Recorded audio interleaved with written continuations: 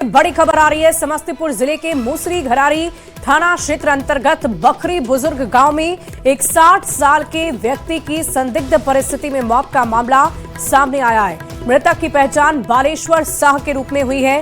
परिजनों ने जहरीली शराब पीने से मौत होने का गंभीर आरोप लगाया है। मृतक के बेटे बबलू शाह ने बताया कि 1 जनवरी को उसके पिता ने शराब पी थी, जो ऑनलाइन पेमेंट के माध्यम से मंगाई गई थी।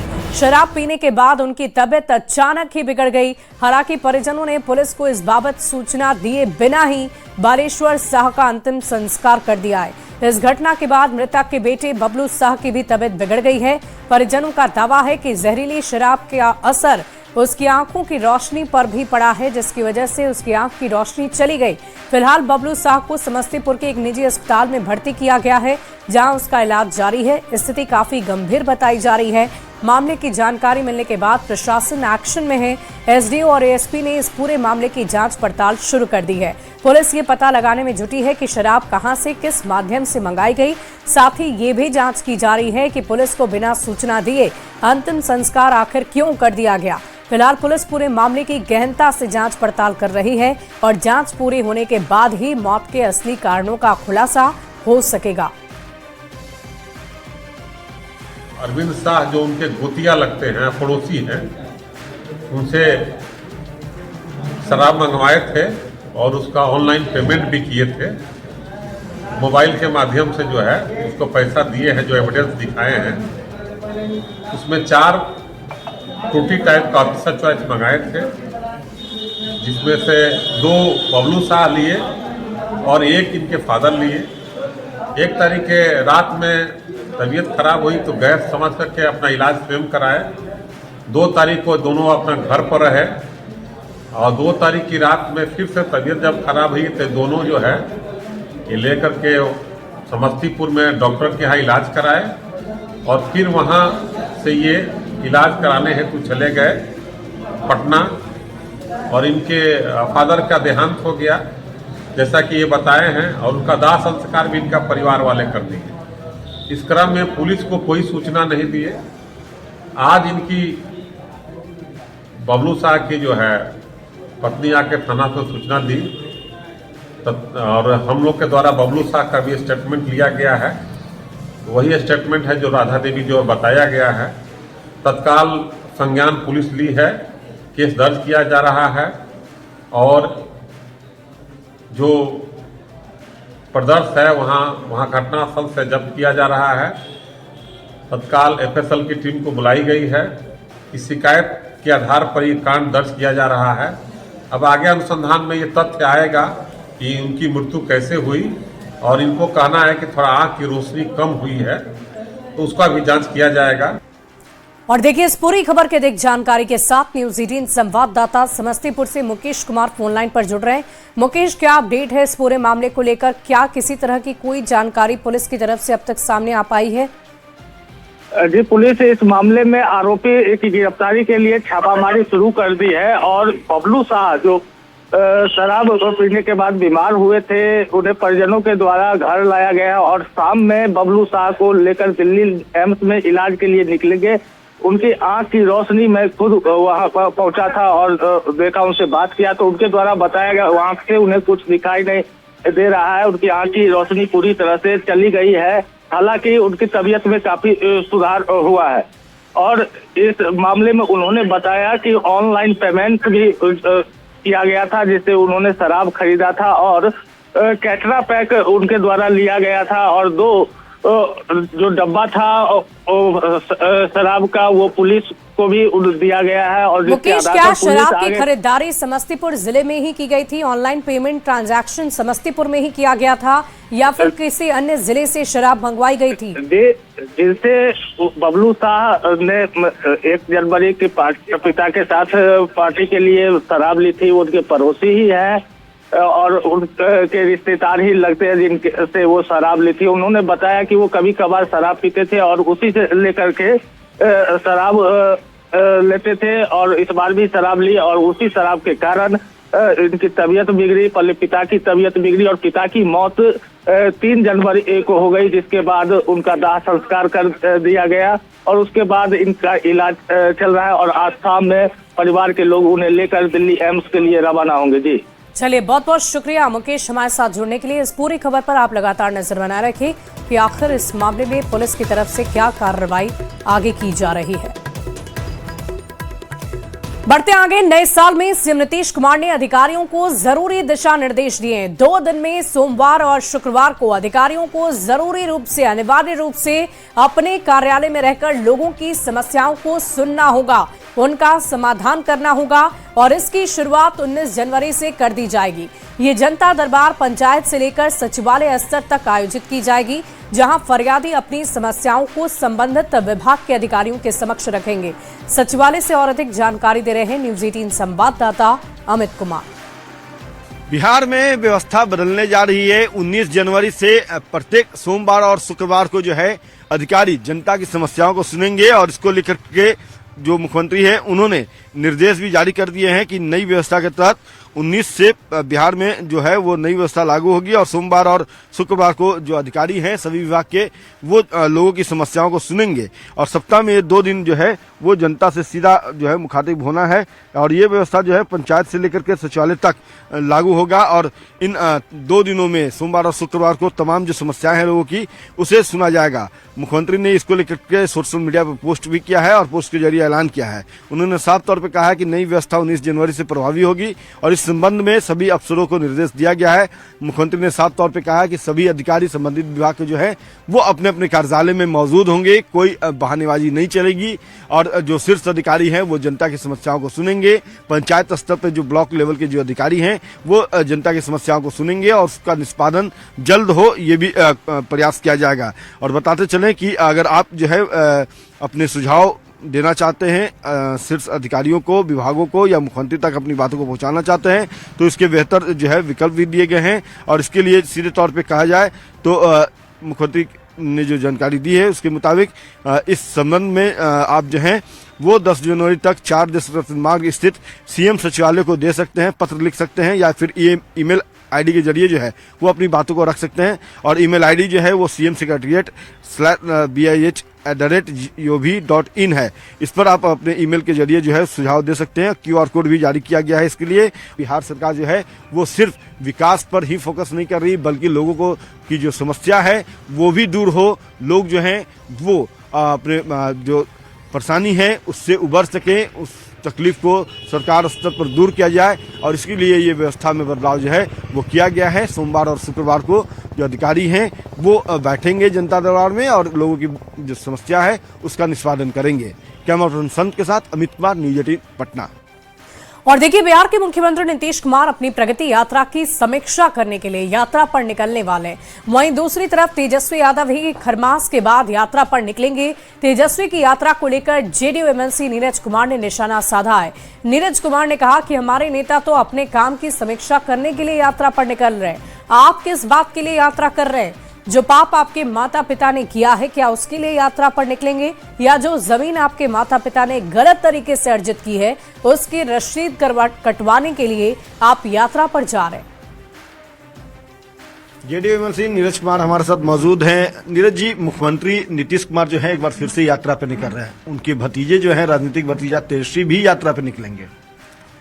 देखिए, माननीय मुख्यमंत्री नीतीश कुमार जी क्या यात्रा का फलाफल रहता है, प्रगति यात्रा की समीक्षा करेंगे। राज्य के अंदर में जो विभिन्न योजनाओं पर क्रियान्वयन हो रहा है उसकी जानकारी लेंगे। लेकिन माननीय तेजस्वी यादव यात्रा पर निकले और यात्रा पूरा कर ले, ये तो दुनिया का 9वां आश्चर्य है।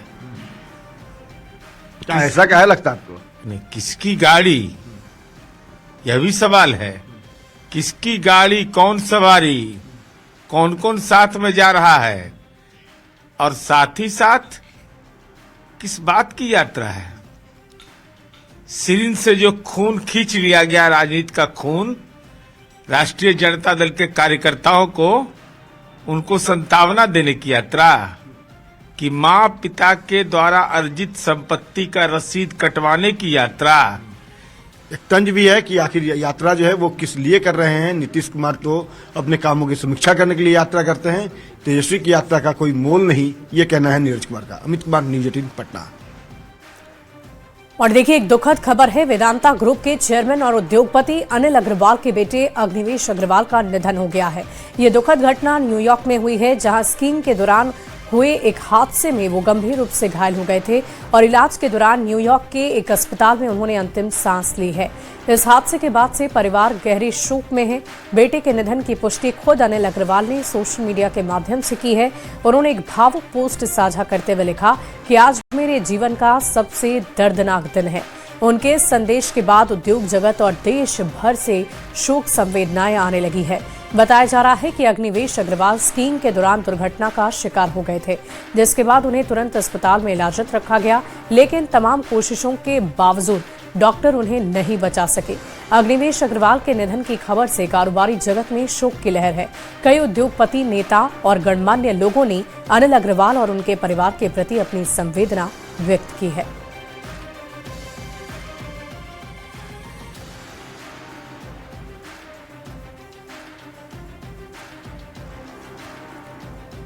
तो बेटे के निधन पर यह भावुक पोस्ट एक पिता ने लिखा है, जिस पर सभी नेता, उद्योगपति, कई गणमान्य लोगों ने संवेदनशीलता दिखाते हुए उनके प्रति भावपूर्ण उनके निधन पर पोस्ट भी साझा किए हैं और उन्हें शोक संतप्त परिवार के प्रति संवेदना भी जताई है। देखिए, अनिल अग्रवाल के बेटे का निधन हुआ है और इस पर पीएम मोदी ने भी संवेदना जताई है। सोशल मीडिया एक्स पर उन्होंने पोस्ट किया है। पीएम मोदी ने दुख जताते हुए अनिल अग्रवाल के बेटे के निधन पर दुख जताया है, परिवार के प्रति गहरी संवेदना व्यक्त की है। एक पोस्ट उन्होंने भी लिखा है और सोशल मीडिया के माध्यम से ही उन्होंने संवेदना जताई है। जिस बात की चर्चा अभी हम कर रहे थे कि कई गणमान्य लोगों ने भी शोक संवेदना व्यक्त की है और इसी में पहला नाम देश के प्रधानमंत्री नरेंद्र मोदी का भी है। बढ़ते आगे, एक टिकट पर 2 खेल तो आपने खूब सुना होगा, पर एक सर्टिफिकेट पर 2 लोगों को नौकरी, ये बिहार में ही संभव है। जी हां, सुपौल के त्रिवेणीगंज नगर परिषद की कुर्सी पर बैठी संगीता कुमारी यादव की कहानी किसी फिल्मी स्क्रिप्ट से कम नहीं। आरोप है कि नेपाल की रहने वाली इस महिला ने पहचान बदली, पता बदला, जन्म तिथि बदली, दस्तावेज बदले और फिर बिहार में शिक्षिका बन गई। तो उसके बाद सीधे नगर परिषद की चेयरमैन। अब जब परतें खुल रही है तो सवाल सिर्फ एक महिला पर नहीं बल्कि पूरे सिस्टम पर खड़े हो रहे हैं। इस सनसनीखेज मामले का खुलासा आरटीआई कार्यकर्ता और जन स्वराज के नेता अनिल कुमार सिंह ने किया है। इतना ही नहीं, संगीता पर यह आरोप लगे हैं कि उसने जाति और आवासीय प्रमाण पत्र बनवाने के लिए अपने पति को ही पिता का नाम दे दिया। पिछले साल हुए एसआईआर में जब वो अपनी नागरिकता साबित नहीं कर सकी तो वोटर लिस्ट से उसका नाम कट गया। इन सारे आरोपों के बाद संगीता यादव ने भी आरटीआई कार्यकर्ताओं को चुनौती दी है और कोर्ट में जाने तक की चुनौती दे डाली है। विदेशी नागरिक है, नेपाल की रहने वाली है, वह बिहार में भारत में आकर के बिना भारत की नागरिकता प्राप्त किए बिना गलत ढंग से मतदाता सूची में नाम ढुका करके वह पहले बिहार आती है और वहाँ पर एक शिक्षिका के रूप में नौकरी भी करती है गलत ढंग से दूसरे के नाम पर। बाद में जब 7 साल नौकरी करने के बाद उसको मन होता है कि हम नगर परिषद का चेयरमैन बने, तो वह त्रिवेणीगंज नगर परिषद की पहला मुख्य पार्षद बन जाती है। और दुर्भाग्य है, जब इस मामले का हमने खोजबीन किया, पता तो तब चला जब विशेष गहन प्रोडक्शन भारत निर्वाचन आयोग की दिशा पर चला गया और 2003 से पहले जिनके माता पिता का नाम नहीं था मतदाता सूची में, चूंकि इनके माता पिता भी नेपाल के रहने वाली है, इनका नाम नहीं था, इसलिए जब इनसे मांग किया गया कि आप भारत के नागरिक कैसे हैं, आप प्रमाण दीजिए, तो ये संगीता कुमारी यादव भारत की नागरिकता का प्रमाण पत्र नहीं दे सकी और उसके बाद इसका नाम डिलीट कर दिया गया मतदाता सूची से। विधानसभा में ये मत भी नहीं गिरा सके। मेरे ऊपर जो भी आरोप लगाया गया है अनिल सिंह के द्वारा, वो पूरी तरह बेबुनियाद और निराधार है और मैं उनसे अनुरोध करती हूँ कि वो न्यायालय जा सकते हैं और मुझे न्यायालय का रिजल्ट पे पूरा भरोसा है। जी, आरोप लगा है जो फर्जरी का कर पर नौकरी भी 7 साल किए हुए हैं, इसके लिए क्या करना चाहिए? मैं ज्यादा कुछ नहीं कहूंगी, मैं एक ही वर्ड में बोली हूँ कि जो भी मेरे ऊपर आरोप लगाया गया है वो पूरी तरह बेबुनियाद और निराधार है। और देखिए, सिवान की सड़कों पर इन दिनों यमराज के रूप में एक व्यक्ति घूम रहा है। शहर में घूम घूम कर लोगों को सड़क सुरक्षा को लेकर जागरूक कर रहा है, तो वहीं बिना हेलमेट पहनने वाले लोगों को रोक रहा है, उनसे ट्रैफिक नियमों का पालन करने की अपील भी कर रहा है।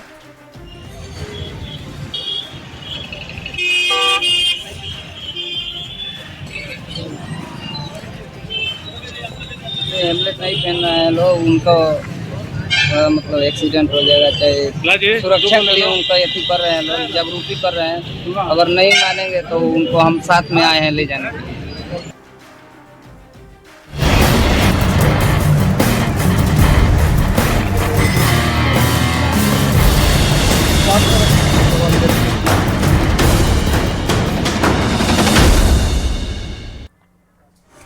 और देखिए, बिहार में सर्दी का सितम जारी है। कड़ाके की ठंड में पूरा बिहार ठिठुर रहा है।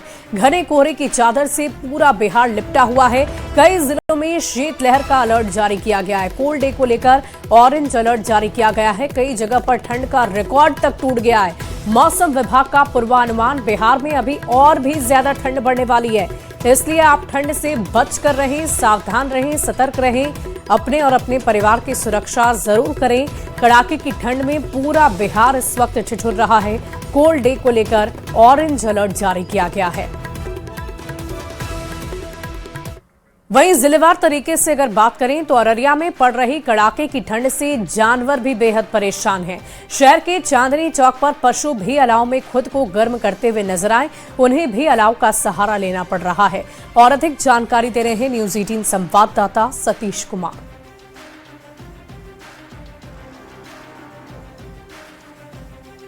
अररिया में कड़ाके की ठंड पड़ रही है और तस्वीर अररिया शहर के चांदनी चौक की, और तस्वीर में साफ तौर पर आप देख सकते हैं कि जो कुछ लोग हैं वो अलाव तापते हुए नज़र आ रहे हैं। और हम करीब 11 बजे हैं और तस्वीर में साफ तौर पर देखा जा सकता है कि इंसान के अलावा जो पशु हैं उन्हें भी अलाव की कैसी ज़रूरत होती है। तस्वीर में साफ तौर पर आप देख रहे हैं कि इंसान के साथ साथ जो पशु हैं वो भी अलाव का सहारा ले रहे हैं। और मौसम विभाग की माने तो 8 से 9 डिग्री सेल्सियस तापमान जो है जिले में फ्लैक्चुएट कर रहा है। समझा जा सकता है कि नेपाल के सीमावर्ती से अररिया में लगातार 10 से 15 किलोमीटर प्रति घंटे की रफ्तार से हवा चल रही है, जिस मौसम विभाग ने अररिया जिले में अगले 3 दिनों तक घना कोहरा को लेकर अलर्ट जारी किया है। वहीं शीतलहर के प्रकोप से पूरे जिले के लोग जो हैं वो काफ़ी परेशान हैं। चौक चौराहों पर अलाव का इंतजाम किया गया है।